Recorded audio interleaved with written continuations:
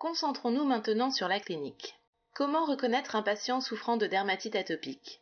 5 critères sont importants à avoir en tête pour l'identifier. Si on reprend les critères de la UK Working Party, le critère obligatoire est la dermatose prurigineuse, associée à au moins 3 des 5 critères suivants. Des antécédents personnels de dermatite des plis de flexion, des antécédents personnels d'asthme, de rhinite allergique ou de maladie atopique, un antécédent de xérose cutanée diffuse au cours de l'année précédente, un début des signes cutanés avant l'âge de 2 ans, ce critère est utilisable pour un enfant de plus de 4 ans, un eczéma des joues, du front ou des zones convexes avant 4 ans.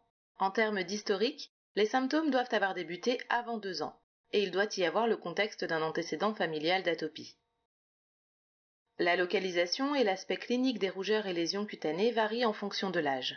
Pour les nourrissons, elles se situent préférentiellement sur la face antérieure du corps, visage, ventre et membres supérieurs et inférieurs.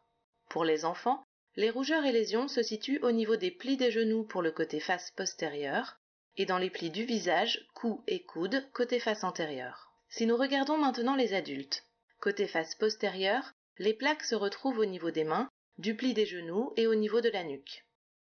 Côté face antérieure, dans le pli du cou et des coudes, ainsi que dans les mains. Mais alors, concrètement, d'où ça vient ? L'origine de la dermatite atopique est multifactorielle. Elle est due à une combinaison de 4 facteurs.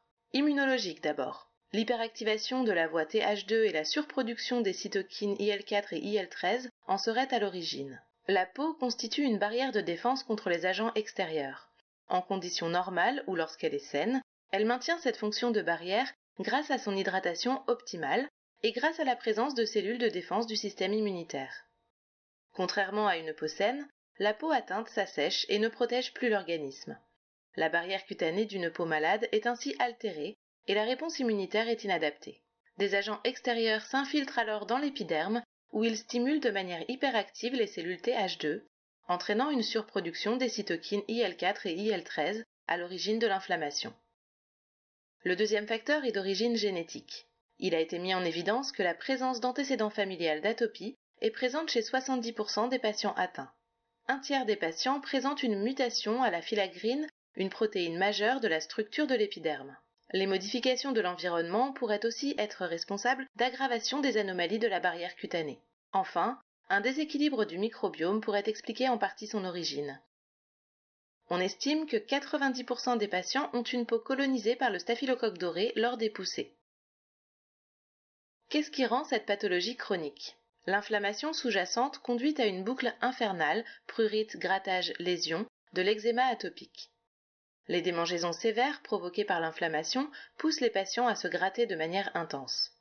Le grattage excessif contribue à l'altération de la barrière cutanée et aggrave les symptômes tels que les lésions cutanées, l'exsudation, voire les saignements pouvant aller jusqu'à une surinfection de la peau. Les lésions aiguës se manifestent le plus souvent par un prurite et des lésions érythémateuses. Les lésions chroniques associent une sécheresse cutanée pouvant aller jusqu'à des lésions lichénifiées. Cette déficience de la barrière cutanée permet aux agents extérieurs de s'infiltrer dans l'épiderme où ils stimulent de manière hyperactive les cellules Th2, générant une surproduction de cytokines IL4 et IL13. Cette suractivation est à l'origine de l'inflammation. Cette boucle prurite-grattage-lésion infernale et sans fin montre bien la chronicité de la maladie et la difficulté de l'arrêter. Elle provoque des manifestations cutanées aux patients. Le prurite est présent de façon quasiment quotidienne et peut être intense. Les lésions génèrent une inflammation et des signes cutanés persistants. Enfin, la peau peut se surinfecter par la présence de bactéries, de virus et de champignons.